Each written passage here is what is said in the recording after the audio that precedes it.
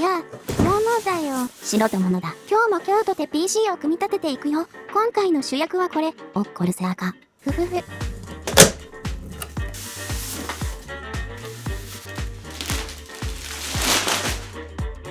じゃーん。コルセア、フレーム 3200D、RS。今月発売した出来たてほやほやモデルだよ。価格は現時点で 14,280 円。コルセアさんから提供いただきました。わーい。標準的なミドルタワーって感じのケースだな。うひょー、ガッチェー。正面のデザインすごいなこれ。だねー。同じくコルセアのフレーム 4500X のトップを正面に持ってきましたみたいなデザイン。通気性も良さそうだな。そして今回スモークっていう特殊カラーをもらったんだけど、こんな感じにパネルがスケスケスケルトンになってるの。ゲームボーイ世代大歓喜。その調子のまま紫も頼んます。世代はレアはめろ。というかめちゃめちゃコンパクトじゃない？高さ 495mm、幅 219mm、奥行き 458mm、容積は約49リットル。50リットル切るの？ ATX ケースとしては小さめだ。普通より奥行きがかなり削られてるな。USB も上にあるから机を切るか置き、両方に対応できる。デザインといい、サイズといい。かなりデスクに置くことを意識したケースだね。じゃあ中身見てみよう。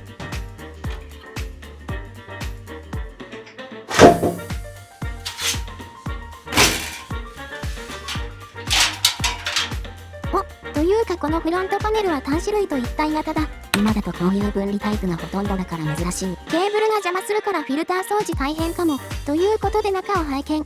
裏配線マザー対応。今時。コルセアおなじみのグラボステーもついてて重量級グラボも安心と。なんかボトムにもファンが取り付けられそうだが、斜めってね。シロちゃんみたいに車に構えてます。これなかなか面白くてね。こんな感じに斜めにファンを取り付けできて、グラボのスポットファンみたいにできるの。グラボの冷却を重視してるのも最新ケースらしいな。ただちょっと気になったのが合成かな。ほらここ。ほんとだ。裏配線マザー対応のために穴が開きすぎてて、かなり歪む。まるでお前の自作趣味みたいだな。しかもこれで後ろの拡張スロットもブリッジがないタイプだから、合成は妥協してるかも。それでも肝心のフレームはしっかりしてるから基本大丈夫だけど、大型空冷を乗せたり RTX5090 みたいなウルトラハイエンドを入れたりするのはちょっと不安かな。まあミドルレンジの小さめケースだからな。5070Ti くらいの構成を想定してるだろうな。という感じにケースを見たところで、細かい仕様がこんな感じ。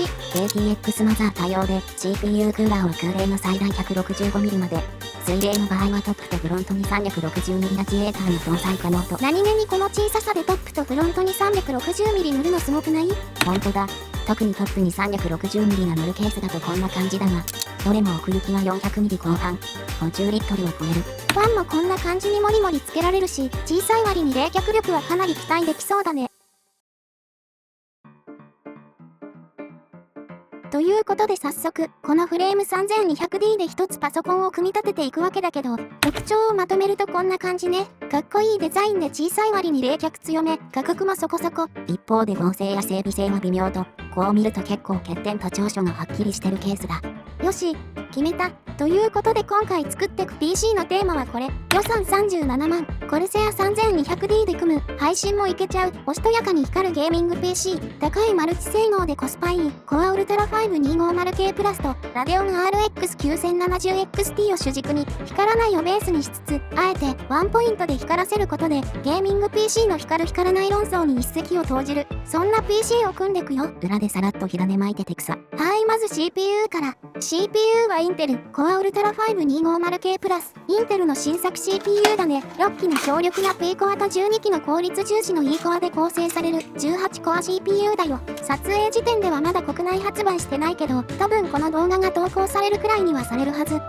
待て、国内に発売、輸入しました。何やってんだお前。だって日本での発売が遅れちゃったんだもん。だけどこの 250K プラスはそれをするくらいポテンシャルを感じる CPU だからね。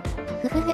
まずコア数が増えてて、前世代のウルトラ 5245K と比べて E コアの数が4つ増加。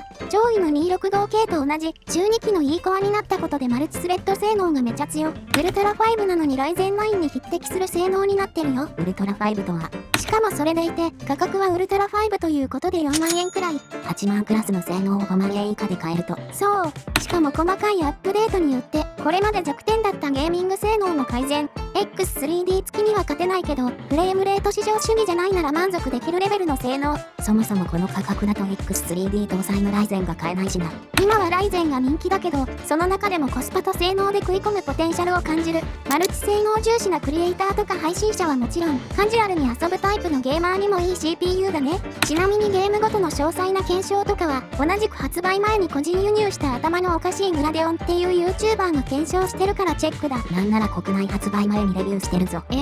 ということで次にそれに組み合わせるマザー。マザーはギガバイトの Z890、オーラスエリート Wi-Fi7、ギガバイトの ATX ユーザーだね。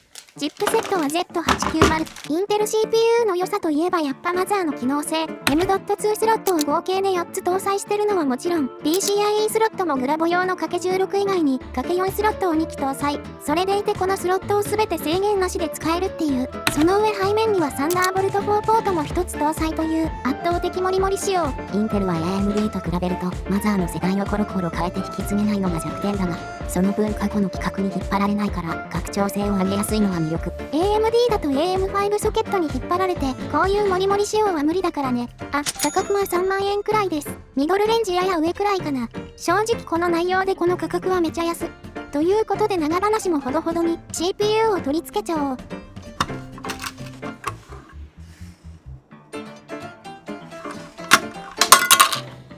よし、次にメモリ。メモリはコルセアの光るやつ。16ギガ2枚で32ギガだね。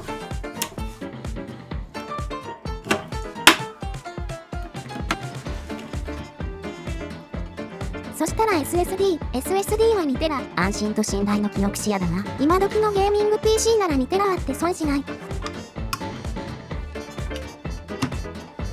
そして次にケースに入れてよし。そしたらフロントパネルを取り付けて、次に配線作業もしてくよ。まずケース端子のケーブル類から USB-C 端子と USB2.0 端子、フロントパネル端子にオーディオ端子、USB3.0 がないの珍しいな。でしょ？その代わりに USB2.0 がついてる。ここもかなり割り切ったね。USB-C があれば 3.0 の帯域はいらないって判断かな。その代わり周辺機器接続向けに 2.0 があると。何はともあれ配線しやすくてものとしては嬉しいです。フロントパネル端子も一体型で付けやすい。そしたらファンの取り付け。まず最初から付いてるフロントファンからだね。デイジーチェーン対応で簡単に接続できてよき。ここらあたりの組みやすさはさすがコルセアって感じよな。そしたらその調子で追加用のファンも用意。リアファン、トップファンと1つずつ取り付けて終わりだよ。どうやらボトムには2つ取り付けられるようだが。なんかこの取り付けに美学を感じない。謎のこだわり。そして次に電源。電源はコルセアの 750W、1万円前半で買えるコスパモデル。フルプラグイン対応でケーブルがおしゃれ。ベッドスリーブケーブルの購入がいらないのは素晴らしいな。ということでケーブルを取り付けて、ケースにイン。電源の取り付けネジが最初からケースにくっついてるのいいな。ねえ。ということで ATX24 ピンと CPU8P を2つ取り付けてこっちも終わり。次に水冷クーラーも取り付けちゃおう。クーラーはコルセアのノーチラス水冷 360mm サイズ。ウルトラ5にも水冷か。一応高発熱な軽付きモデルだからね。過剰気味に冷やしてもいいかなって。特にこの子は1万円前半で買えるコスパ重視モデル。見た目も光らないシンプルなデザインでかっこいいし、今回のフレーム 3200D と同じファンがついてくるから相性もバッチリ。ということでこっちもファンを取り付けて、デイジーチェーンでファン同士を接続。そしたら取り付け。あれ？干渉してて草。一旦リアファンを外しいの。この、ダメそう。じゃあ逆向きならどうかな。いけそう。よし。本日2度目。ということでラジエーターの取り付けができた。あとはリアファンを戻して。無理そう。チューブが良くない曲がり方してて草。奥行きの短いケースだから、長い水冷を入れるとこういうことになるんだね。結構難しいな。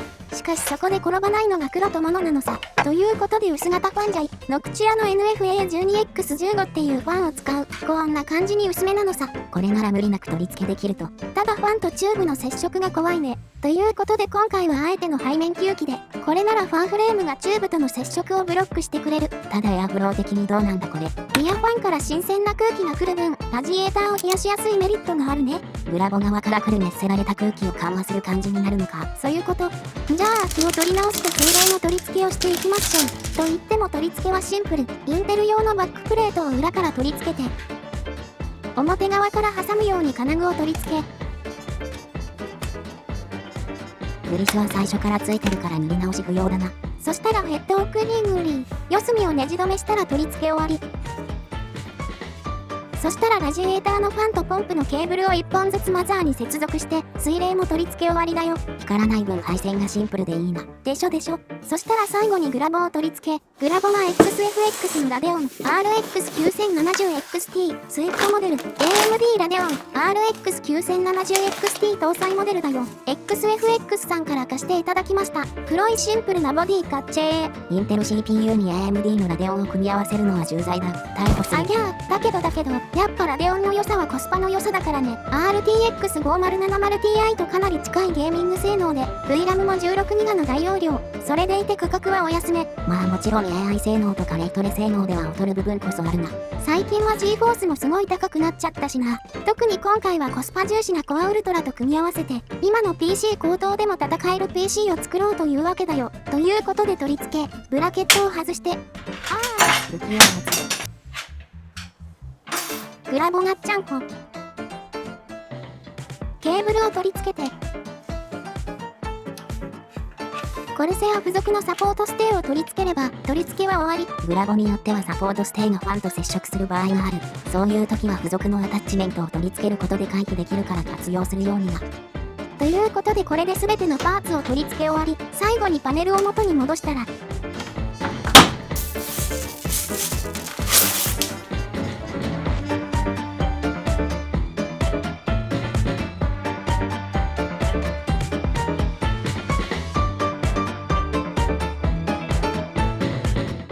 完成だよ。うひゃーかっちぇー。なるほど。このケース正面パネルがわずかに光るのか。そう、スケルトンを生かしたいいデザイン。グラボとかメモリもワンポイントで光らせておしとやかに光る感じに。いやーいいね。重量はおおよそ 14kg。一般的な BTO と同じくらいだな。ちょうどいいサイズ。フィルターは最初にも言った通り正面と天面。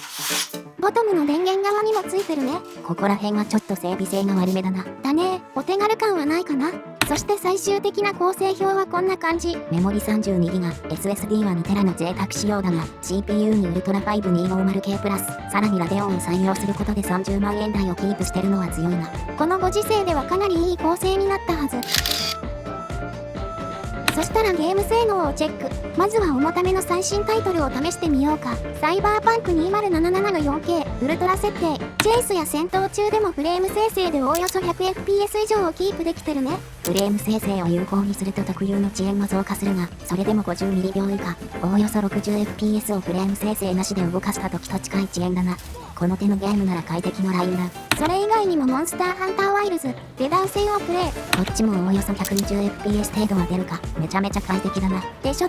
特にモンハンでは CPU コア数が結構大事で、6コア以下だと動作にまたつきが出たりするんだけど、250K プラスの場合、6機の P コアに加えて P コアが12機もあるおかげで綺麗に処理が分散。P コアイコールゲームみたいなイメージがあったが、P コアにも分散するんだな。イエス、処理に余裕ができて、フレームタイムもブレがなくド安定。P コアのゲームには大事だよ。そしてカプコンの最新作、プラグマタもプレイ。可愛らしいアンドロイド、ディアナと月を舞台に探査をする SF アクションシューティングだな。こっちも 4K レイトレ最高設定。より上のパストレーシングは現状 GForce 限定だからできなかったけど、戦闘中探索中、どっちも 100fps 半ばまで出る超快適動作だね。と、触りだけだけど 4K プレイはおおむねできる感じ。最近だとフレーム生成や超解像度の進化もあって、RTX5070Ti や RX9070XT クラスでも 4K を快適にプレイできていいな。だね、そのクラスの性能で 16GB の VRAM があれば結構なんとかなる。そしてそれだけじゃなく PVP なゲームもプレイ。まず Apex Legends WQHD の最高設定から。やっぱ軽いゲームなだけあって 200fps オーバーは当たり前って感じ。ただ 1% ローは 200fps を割ってるのは気になるな。だね、一応低設定でもプレイしてみたけど 200fps 超えは無理。フル HD に落としてもダメだね。ここで頭打ちっぽい。グラボが遊んでるし CPU ボトルネックだな。だね、ここは限界を感じる。ただレイテンシ自体は10ミリ秒切ってるし、フレームタイムも5ミリ秒以下を安定してキープできてるから、よほどのガチ勢でもない限り操作に支障はないと思うね。まああとは 9800X3D とかを買ってくださいって話だな。そしてモノ大好きバトルフィールド6。こっちも WQHD 最高設定でこんな感じ。FSR は超解像度のみで、フレーム生成は入れてないよ。おおよそ 100fps 後半。こっちは APEX より動きが激しいわけじゃないし、これで十分って感じかな。にしても CPU の使用率がすごいことになってるね。E コアだけじゃなくて E コアも全て5割以上の使用率か。えげちい。まあ60人近くが広い戦場で建物ぶっ壊しながら暴れるゲームだしね。仕方ないね。やってることがシミュレーションなんだよな。だけどそれでもしっかり処理を分散できてるし、1% ロンは 100fps 以上。フレームタイムのブレもないからかなり快適。BF6 は対策ゲーみたいなグラフィックに対人ゲーのシビアさ、シミュレーション並みの CPU 負荷が全部あるから、下手に画質を下げられないしフレーム生成も使えない。かといってフレームレート欲しいしで個人的に動作条件の厳しいゲームの一つだと思ってる。ゲーム負荷そのものってより求められてるもののレベルって話だな。じゃあもし、そんな動作要求全部盛りみたいなゲームで配信までしちゃったら、面白いと思いませんか？おっと。ということでここからが本番。これまでの BF6 に加えて VTuber スタジオ、ワンコメ、OBS を起動しつつ配信と録画を同時にやってみたよ。めちゃめちゃやるじゃん。要件がこんな感じ。VTuber アバターはフリーのモデルを使って表情をウェブカメでトラッキング。OBS はすべて 9070XT のハードウェアエンコードで対応してるよ。さすがに CPU エンコードはしないか。今はもっぱらハードウェアだしね。だけど CPU 負荷もそれなりに上がるよ。ということでその時の配信がこんな感じ。やはりというか、フレームレートはそれなりに下がるな。だね。まあグラボが配信も録画もしてるし仕方なし。そして CPU 使用率も B コア A コア両方とも8割以上使ってる。さすがにもう余裕ないな。ギリギリだ。だけど注目してほしいのはここ、フレームタイムのグラフ。普通だと CPU 使用率に余裕がなくなってくると、だんだん不安定になるものだけど、見てよこの平坦っぷり。安定感すごいな。でしょ？ 1% ローも大きく下がってない。特にすごいのが、この配信3時間近くやってもほぼ安定してたってこと。配信のアーカイブは概要欄に置いておいたぞ。250K プラスは18コアが全部物理コアってのもあって、高負荷でも処理の取り合いが起きにくいんだよね。高負荷の粘りがすごいと。だけどコアウルトラ5でここまでいけることにびっくり。最低でもライゼン7とか i7、ウルトラ7の領域だったしな。配信からゲームとかなりバランスのいい CPU だよ。そして最後に温度がこんな感じ。ゲーム中はもちろん OCCT の最大負荷でも CPU が70度。グラボは60度台、凄まじいな。でしょ？そして静音性についてはこんな感じ。